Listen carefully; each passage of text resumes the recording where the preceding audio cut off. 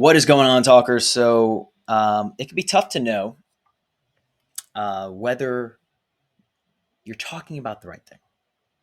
You're talking about something that either displays your expertise, builds some authority, or adds value. However, video naturally is a medium that can make us a little insecure. So it's hard to rely on using those three options. Does this display my expertise? I don't know. Does this build my authority? Who knows? Does it add value? If video is naturally making us insecure, I don't it's not going to be a helpful framework to get talking with it. So I've talked about this a few years ago, but I'm bringing it back in a kind of a new, improved, and different way. When you don't have a mentor, advisor, coach, consultant, what have you, to kind of work through um, some of those challenges, difficulties, insecurities, I highly, highly encourage using audio to coach yourself. Because when you're using video, when you're watching back a video, you're naturally going to default to the things you don't like, as opposed to seeing, oh, that was good, that was good, that was good. Let me do more of those things. When you're listening to audio, you're able to remove that layer of insecurity that comes with video and genuinely listen to what you're saying, wrap your head around it, and then come back stronger when you make the next piece of content. So that's a really good option to use audio to coach yourself when you don't have a mentor, an advisor, a coach, consultant, someone to guide you. Really powerful.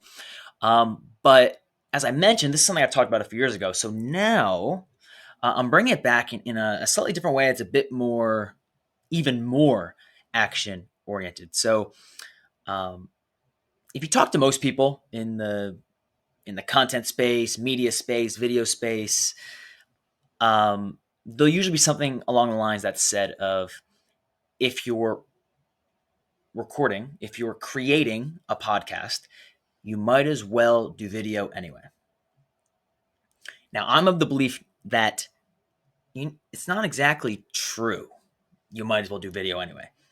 When you're doing video and you're not super sure about it yet, you're a little insecure, don't really know where your voice is, you haven't quite found it yet, especially a voice of yours that empowers you to go from the first piece of content to the second, to the third, to the fourth, and actually look forward a little bit to doing that next piece of content, as opposed to being like, oh man, I gotta do this thing. Or like, oh, I got a live event. And actually getting you to look forward to doing the next piece. I highly encourage using an audio only format where you are hyper intentional about not recording the video. And what's really powerful about this is that the hyper intentionality that comes with it. Because when you're recording video just for the sake of it, it becomes more of a, not only does it become an added chore because now you have an extra video file you don't know what to do with, you don't feel comfortable to publish it, you don't know how to edit it, you don't do this and that. It's not as useful for you to start building your voice and then finding that voice that empowers you to keep going. Now, this is a little bit of a different video for me today, but I felt it was important to share, so I wanted to share with you. I will talk with you in the next one.